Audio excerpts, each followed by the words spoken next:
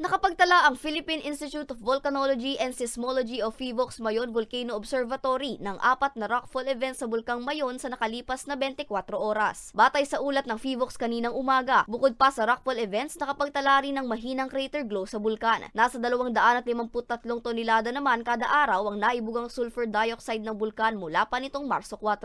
Ayon kay Deborah Fernandez, resident volcanologist ng PHIVOLCS, nananatiling nakataas pa rin ang alert level 1 sa Bulkang Mayon. And in terms of ground deformation, meron pa rin mga short-term inflation na nangyayari or pamamaga around sa paligid ng Mayon Volcano. So itong rockfall events na to ay maaaring may kinalaman sa pag-ulan kahapon, kaya kumbaga nadala ng ulan yung mga bato-bato na to.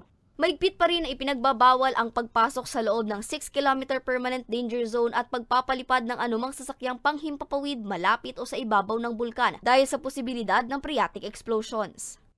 Unang-una, di ba yun, maaaring magkaroon ng mga biglaang phreatic eruptions. So, syempre, unang-una, dapat maging maingat sa mga biglaan na phreatic eruptions. And of course, yung mga rockfalls, kasi maaaring galing yung rockfalls na yun dito sa mga lava flows along sa mga gullies. Muli naman na nagpaalala ang PHIVOLCS sa publiko, lalo na sa mga residente na nasa paanan ng bulkan na maging alerto lalo na sa banta ng lahar dahil sa malalakas na pag-uulan.